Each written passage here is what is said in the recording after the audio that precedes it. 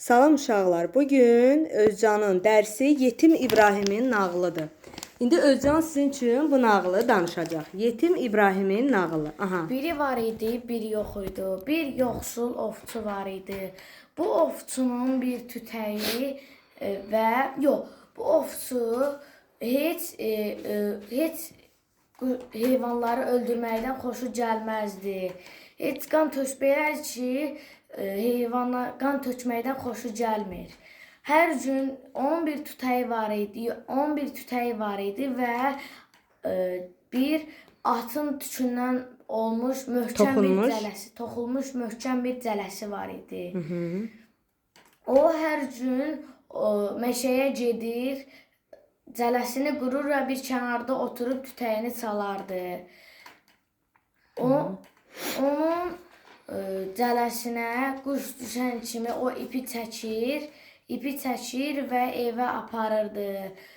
Onun evində ona görə də çox quş var idi. Cürbəcür növdə quşlarla dolu idi. Quşlarla dolu idi. O quşları bir ikisini sataraq dolanırdılar. Əvvəlcə quşları nə edirdi? Yemləyir, bəsləyir, oxudub, qulaq asar. Həm də hərdən bir ikisini satıb çörək pulu çıxarardı. Onun İbrahim adlı bir oğlu var idi. O boya başa çatmamış, atası xəstələnib öldü. Ona görə də ona Yetim İbrahim deyirdilər. Ona Yetim İbrahim. Dul arvadla. Dul nə deməkdir? Yəni yoldaşı rəhmətə getmiş adama dul deyirlər. Arvadla İbrahim qalmışdı. Aha, balaca İbrahim gündəlik çörək puluna möhtac qaldılar. Möhtac qaldılar. Aylar İbrahim balaca olsa da səbirli, dözümlü, iradəli uşaq idi. Nə qədər çətinlik çəkirdilərsə də İbrahim və cələsini satmırdı. Bəli, görürsüz, etibarlı. Satmırsa demək necə uşaqdır? Etibarlı uşaqdır. Yadigar qalan satmırdı. Sonra aylar keçdi, illər dolandı. İbrahim böyüyüb cavan oğlan oldu. Cavan bir oğlan oldu. O anasına dedi: "Ana, mən uşaq deyiləm. Atamdan qalmış tütəyi və cələni mənə ver. Sabahdan ova gedəcəm. Ana ona tütəyi və cələni verdi. İbrahim meşəyə ova çıxdı. O Axşam qaranlıq düşəndə əli boş, yorğun halda evlərinə qayıtdı. Sonra günlər keçdi, həftələr dolandı. O cələni qurmağı və tütəyi çalmağı öyrəndi və puskuda durmağı öyrəndi. O cələni qurub puskuda dayanardı. Birinci gün İbrahimin cələsinə çox gözəl bir quş düşdü. O quşun qanadları rəngbərəng idi. O sevinə-sevinə quşu evlərinə gətirib qəfəsə saldı. Onlar gecəni yatdılar. Səhərsi gün gördülər ki, quş rəngbərəng bir yumurta yumurtlayıb. İbrahim yumurtanı götürüb şəhərə çıxdı. Və onu satmağa başladı. Bu şəhərdə çox acgöz və hiləgər bir tacir var idi. O tacir dedi. Yumurtanı İbrahimin əlində görcək çağırdı ki, ay yetim. O yumurtanın neçəyə deyirsən, sat alım. İbrahim tacirin necə pis adam olduğunu bilirdi. Ona görə də onu çox bahaya dedi. Tacir pulu çıxarıb ona verdi və yumurtanı aldı.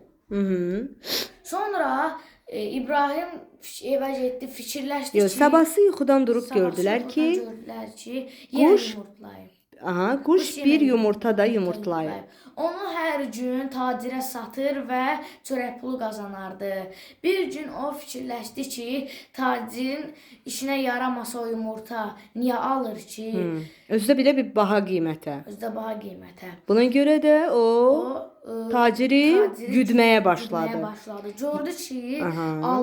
yumurtanı aldığı pulun neçə baha 1-ə 10 baha birə qiymətə 10 padşaha baha satır. Padşaha satır. O gündən sonra İbrahim elə onu birbaşa padşaha satardı. Tacir gördü ki, ona heç yumurtanı satmır. Əsəbləşdi və padşaha dedi ki, Və ondan intiqam almaq üçün padşahın yanına gedib dedi. Padşahın yanına dedi, padşah sağ olsun. Sən niyə hər dəfə yumurtanı Bu qədər pul verib pulu verib yumurtanı alırsan? Elə birbaşa denən ki, quşu versin də sənə. Quşu versin də. Quşu İbrahimin əlindən al, İbrahimin quş da əlindən al, sənin quş da olsun, sənin olsun. yumurtaları da. Bu fikir padşahın ağlına batdı. Ağlına batdı və səhərsi gün İbrahim çağırıb əmr elədi ki, quşu gətirsin və padşaha və versin. padşaha versin. Sonra İbrahim heç nə deməyib, səhərsi gün quşu gətirib padşaha verdi. Padşah İbrahim yenə də gündəlik çörək puluna möhtac qaldı. Sonra tacir Tütəyini və cələsini götürüb meşələrə, dağlara getdi. O gündə ya bir kəklik, ya bir bildirçin, ya bir bülbül tutar, gətirib satar, dolanırdı.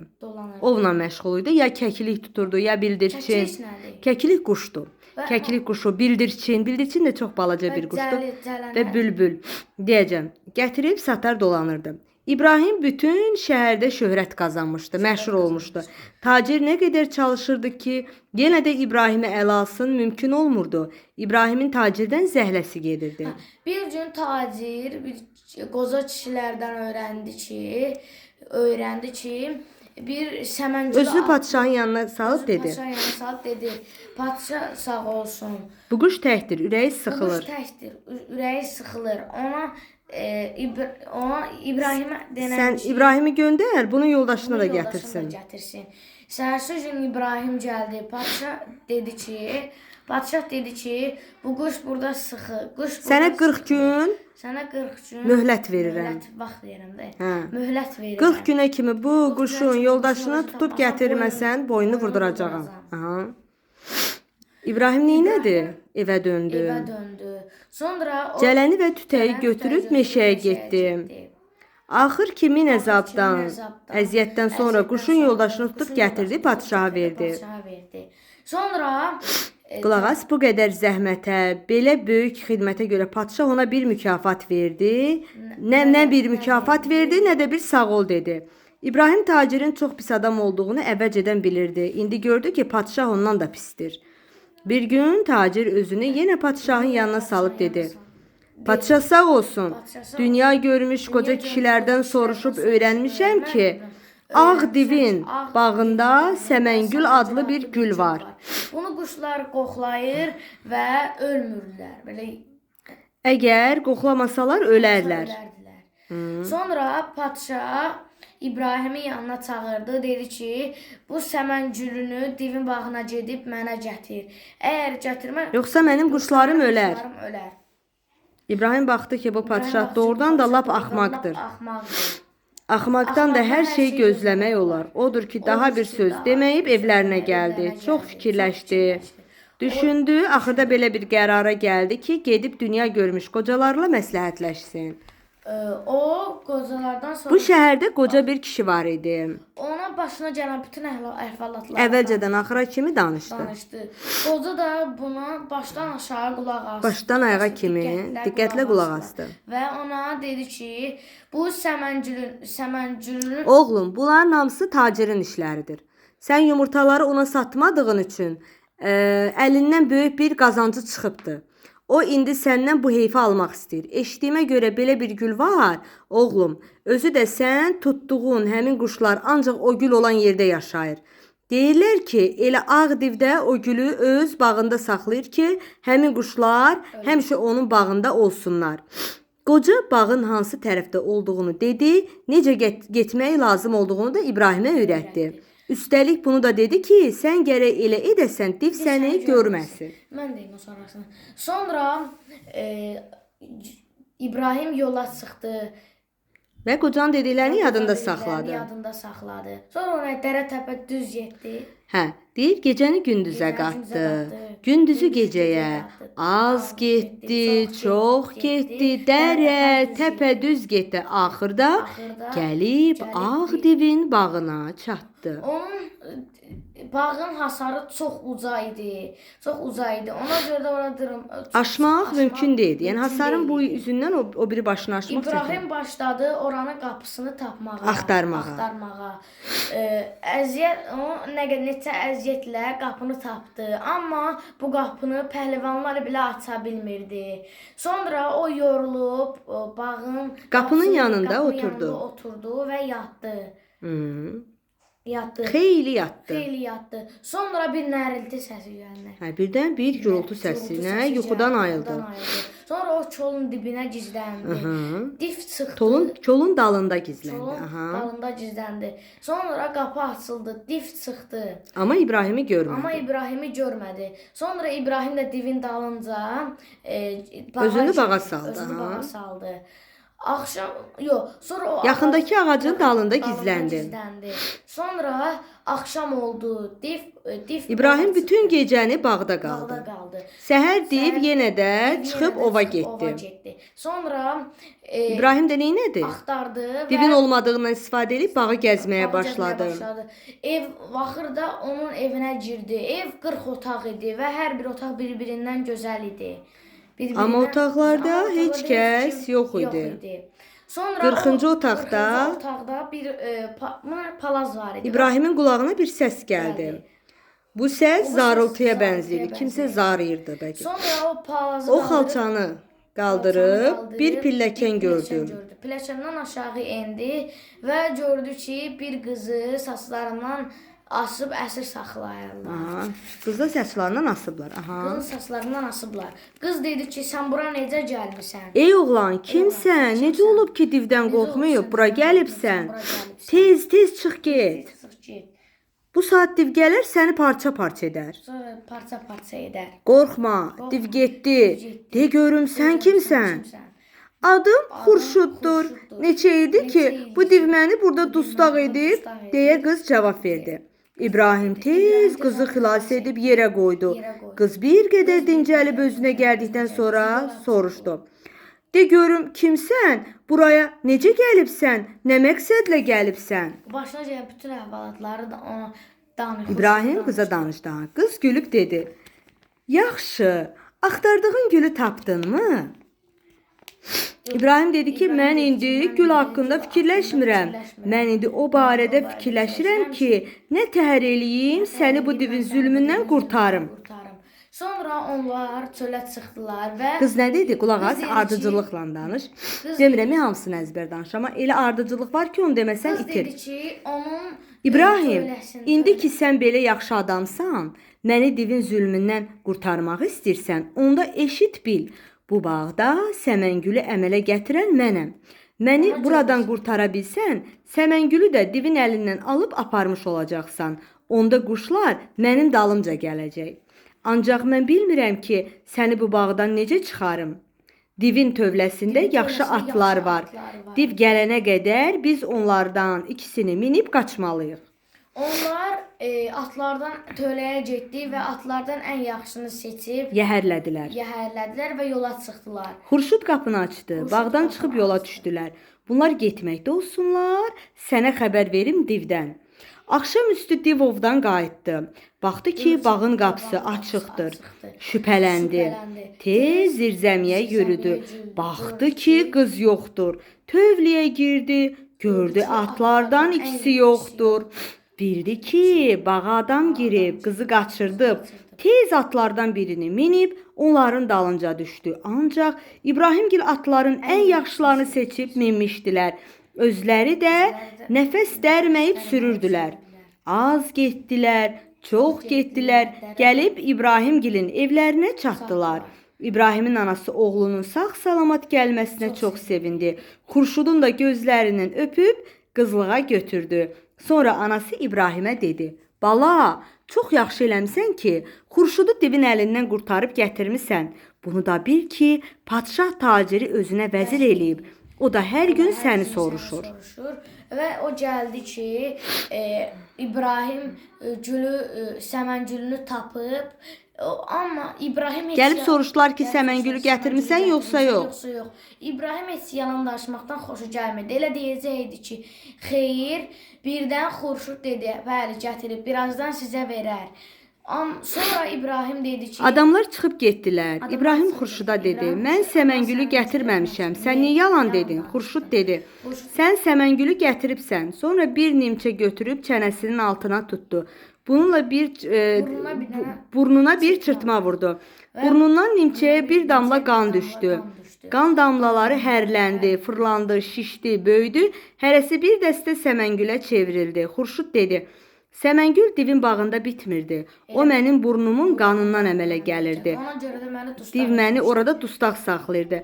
Al, apar padşaha, yaxandan əl çəksin. Sonra İbrahim onu padşaha verdi. Gülün dəstəsini yaxşı bir xonçuya qoyub padşaha apardı. Padşah yaman sevindi. Vəzirin isə elə bil başına daş düşdü, dedi. Padşah sağ olsun. Biz İbrahimə demişdik ki, gülü kolu ilə gətirsin. O isə gedib bircə dəstə gətirib. Gərək bu dəstə solana qədər gedib kolun özünü gətirə. Vəzirin sözü padşahın ağlına batdı, dedi. İbrahim, vəzir doğru deyir. Gərək gedib Ağdivin bağından səməngül kolunu çıxarıb gətirəsən. İbrahim dedi, padşah sağ olsun, ora Ağdivin bağı deyil. Orada bizim şəhər kimi bir şəhərdir. Elə adı da bizim şəhərin adı kimidir. Bizim bu şəhərdə nə qədər ölüb getmiş adamlar varsa hamısı oradadır. Padşahları da sizin rəhmətlik atanızdır. Sizin adınızı eşitcək ağladı.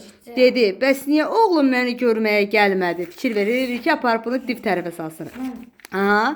Sonra mən gülü istəyəndə dedi, yox, kolu birdən versəm, onda oğlum arxayınlaşar, daha məni görməyə gəlməz.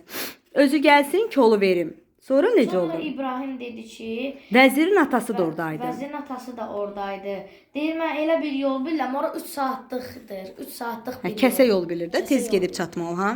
Sonra dedi ki... Vəzir o saat başa düşdü ki, İbrahim onları aldadır. Amma padşah o qədər axmaq idi ki, o qədər inandı. Başladı ağlamağa. Tez olun, məni geyindirin, gedirəm atamı görməyə. Vəzir dedi. Padşah sağ olsun, bir dayanın. İbrahim bizi başa salsın görək. O hansı yoldur ki 3 saata gedib gəlmək olar? İbrahim onları götürüb şəhərin kənarındakı çayın yanına gətirdi. Bu çayın çox dərin bir yeri var idi. Oranı göstərib dedi. Nə dedi? Dedi ki, bu çaya girirsiniz və çox dərinə girirsiniz. Bax, deyir, yol buradadır. Suyun dibindədir. 100-ə kimi sayırsınız. 100 olduqda qapı açılır və çox dərinə və burada necə olmalısan? Hərəkətsiz dayanmalısan. Hərəkətsiz dayanmalısan və 100-ə kimi saydıqda qapı açılır. Və siz ora girəcəksiniz. Orada bağa və ora girəndən sonra həmin şəhərə çatacaqsınız. Padşah çox düşünmədən vəzirin əlindən tutub suya atıldı. Camaat çox gözlədi. Nə vəzir çıxdı, nə padşah. Bir neçə gündən sonra onların ölüsünü tapdılar. İbrahim axmaq padşahın və hiləgər vəzirin əlindən camaatın canını qurtardı. Bu qədər. Demək, insanın kasıb, yetim. İnsan kasıb da ola bilər, yetim də ola bilər, atılmış da ola bilər. Amma padşah nə yetim deyildi, nə kasıb deyildi, varı dövləti var idi.